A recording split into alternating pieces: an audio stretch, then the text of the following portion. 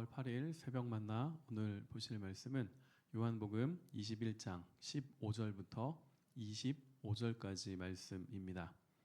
제가 봉독하겠습니다. 그들이 조반 먹은 후에 예수께서 시몬 베드로에게 이르시되 요한의 아들 시몬아 내가 이 사람들보다 나를 더 사랑하느냐 하시니 이르되 주님 그러하나이다. 내가 주님을 사랑하는 줄 주님께서 아시나이다. 이르시되 내 어린 양을 먹이라 하시고 또 두 번째 이르시되 요한의 아들 시몬아 내가 나를 사랑하느냐 하시니 이르되 주님 그러하나이다. 내가 주님을 사랑하는 줄 주님께서 아시나이다. 이르시되 내 양을 치라 하시고 세 번째 이르시되 요한의 아들 시몬아 내가 나를 사랑하느냐 하시니 주께서 세 번째 내가 나를 사랑하느냐 하심으로 베드로가 근심하여 이르되 주님 모든 것을 아시오매 내가 주님을 사랑하는 줄을 주님께서 아시나이다.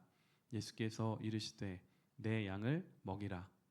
내가 진실로 진실로 내게 이르노니 내가 젊어서는 스스로 띠띠고 원하는 곳으로 다녔거니와 늙어서는 내 팔을 벌리리니 남이 내게 띠띠우고 원하지 아니하는 곳으로 데려가리라.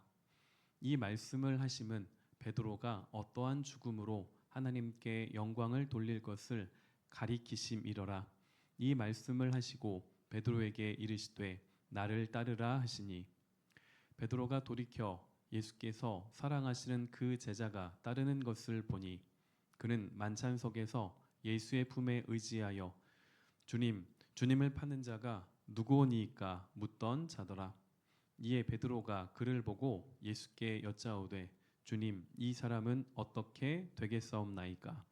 예수께서 이르시되 내가 올 때까지 그를 머물게 하고자 할지라도 내게 무슨 상관이냐?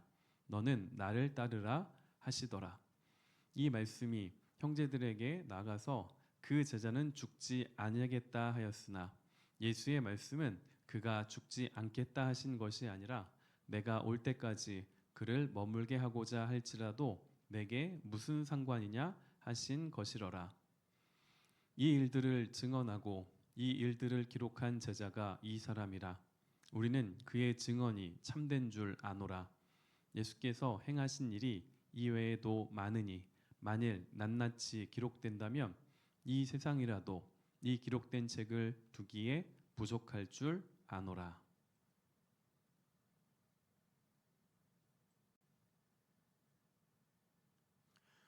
오늘은 나를 따르라 라는 제목으로 말씀 나누도록 하겠습니다. 오늘 우리가 살펴볼 말씀은 요한복음의 가장 마지막 부분에 해당됩니다. 너무나 유명한 예수님과 베드로와의 대화가 이 본문에 들어 있습니다. 부활하신 예수님은 베드로로 대표되는 제자들이 실패와 절망의 자리에 주저앉아 있게 하지 않으십니다. 다시 사명의 자리로 돌아가도록 회복시켜 주십니다. 제자들이 어떻게 다시 예수님을 따를 수 있었는가를 오늘 본문을 통해 살펴보도록 하겠습니다. 어제 우리가 살펴보았던 것처럼 이 본문의 배경 가운데 하나가 바로 숯불입니다. 자, 이 숯불은 베드로에게 이 트라우마를 안겨주는 그런 도구지요. 바로 대제사장의 뜰에 있던 숯불 곁에서 이 베드로가 예수님을 부인하고 저주했기 때문에 그렇습니다. 자, 예수님은 본문에서 베드로에게 이렇게 질문을 하시죠. 15절에서 그들이 조반 먹은 후에 예수께서 시몬 베드로에게 이르시되 요한의 아들 시몬아 내가 이 사람들보다 나를 더 사랑하느냐 하시니. 자, 이 질문이 3번 반복됩니다. 자, 예수님은 베드로가 대제사장의 그 뜰에서 예수님을 3번 부인했기 때문에 예수님이 뒤끝이 있으셔서 지금 다시 똑같이 3번 네가 나를 사랑하느냐 지금 이렇게 묻고 계시는 것일까요? 이 질문은 예수님께서 베드로를 추궁하거나 질책하기 위한 그런 도구는 아닙니다. 누가복음 24장에 가서 보시면 부활하신 주님께서 베드로를 따로 찾아가셨다라는 기록이 나옵니다. 추측해 보건대 아마도 예수님께서는 자신을 3번이나 부인하고 저주하며 떠나갔던 베드로를 이미 용서하셨습니다. 그래서 본문에 나와 있는 내가 나를 사랑하느냐, 내가 나를 사랑하느냐, 내가 나를 사랑하느냐, 이 질문은 더 이상 베드로가 실패와 어떤 자책의 자리에 주저앉아 있지 않고 다시 일어날 수 있도록 돕는 그 예수님의 사랑이 담겨 있는 질문입니다. 자, 이 질문에 답하는 이 베드로의 모습 속에서 우리는 예수님을 어떻게 따라야 하는지를 알 수가 있습니다. 먼저 우리가 확인할 수 있는 것은 예수님을 따르는 삶은 자기 확신이 아니라 주님께서 나를 아는 지식에서 시작됩니다. 베드로는 내가 주님을 사랑하는 줄 주님께서 아시나이다 라고 답했습니다. 이전에 우리가 알고 있던 이 베드로가 예수님께 너무나 당당하게 말했던 그 고백들이 혹시 기억이 나십니까?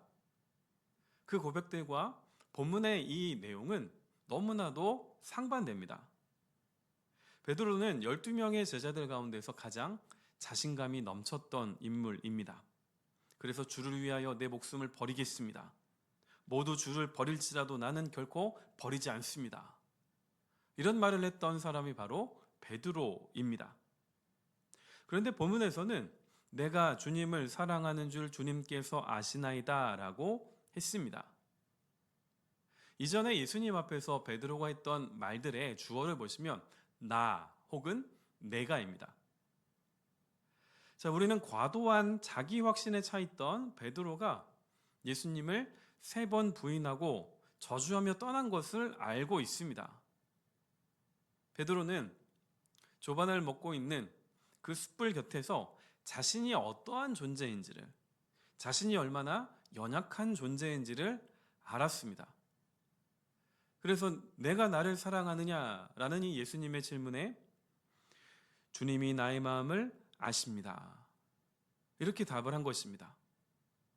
지금 우리가 하고 있는 신앙생활은 어떤가요?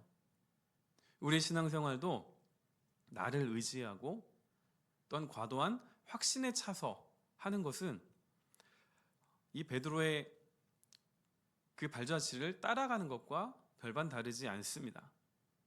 주님의 사랑과 주님이 나를 아시는 지식이 아닌 이 신앙생활은 베드로와 같이 실패하고 넘어집니다. 그 다음 우리가 확인할 수 있는 것이 있는데요. 주님을 따르는 사명보다 사랑이 먼저라는 것입니다. 본문에 나온 예수님과 이 베드로와의 이 대화의 순서가 보이십니까? 내가 나를 사랑하느냐? 주님이 아십니다. 내 양을 먹이라. 자, 이 순서가 똑같이 3번 반복됩니다. 베드로는 숯불 곁에서 예수님을 저주하고 부인하고 떠나갔지만 예수님은 십자가에서 죽으심으로 끝까지 사랑하셨습니다. 예수님은 베드로에게 내 양을 먹이라는 사명을 주시기 전에 지금 사랑이 먼저라는 것을 보여주신 것입니다. 지금도 우리에게 주신 이 사명의 시작은 변하지 않는 주님의 사랑입니다. 내가 얼마나 주님을 사랑하는가가 아니라 주님이 나를 얼마나 사랑하시는가를 아는 사람이 참된 사명자로 설 수 있습니다. 이 순서가 뒤바뀌게 되면 어떻게 될까요? 분명히 주님께서는 내 양을 치라, 주님의 양을 치라 라고 말씀을 하셨는데 이 순서가 뒤바뀌어 버리면 예수님께서 치라고 맡기신 양을 잡아먹을 수가 있습니다. 이게 바로 인간의 완악한 마음입니다. 마지막으로 주님을 따르는 방법은 각자에게 주어진 길이 있음을 알고 비교하지 않는 것입니다. 자, 15절에서 예수님은 내가 이 사람들보다 나를 더 사랑하느냐 물으셨습니다. 이전에 예수님께서 십자가에서 죽으시기 이전에 이 베드로의 화법에서는 이 질문에 뭐라고 답을 했을까요? 이 조반을 먹는 자리에 함께 있었던 나머지 6명의 제자들보다 내가 가장 주님을 사랑합니다 라고 답했을 것입니다. 그런데 베드로는 그렇게 답하지 않았습니다. 그리고 20절 이하를 가서 보시면 예수님과 베드로를 따르던 제자를 보고 베드로가 21절에서 묻습니다. 이에 베드로가 그를 보고 예수께 여짜오되 주님, 이 사람은 어떻게 되겠사옵나이까? 예수님은 내게 무슨 상관이냐? 너는 나를 따르라 답하십니다. 이 말은 각자 우리 주님께서 부르신 자리, 그 사명이 다르다는 것입니다. 모두가 똑같지 않습니다. 그래서 이 사명은 누군가가 대신해 줄 수 있는 것도 아닙니다. 지금 우리도 나를 따르라는 주님의 음성을 듣고 걸어가고 있습니다. 우리는 이 길에서 주목해야 할 것이 곁눈질하며 옆을 보거나 아니면 앞을 보거나 뒤를 보는 것이 아닙니다. 누가 더 훌륭한가? 누가 더 멋진가? 누가 더 빠른가가 중요한 게 아니라는 것입니다. 하나님께서 우리에게 원하시는 것은 각자 사명의 자리에서 부르심에 합당하게 누가 더 신실하게 살아가고 있는가입니다. 본문을 통해서 우리는 나를 따르라는 주님의 음성에 어떻게 반응해야 할지를 살펴보았습니다. 지금 나는 자기 확신이 아니라 주님이 나를 아신다는 그 확신 위에 서 있습니까? 그리고 사명보다 사랑이 먼저이십니까? 그리고 나에게 주어진 길이 있음을 알고 남들과 비교하지 않고 계십니까? 하나님은 우리에게 속도가 아니라 바른 방향으로 예수님을 따라가고 있는지를 묻고 계십니다.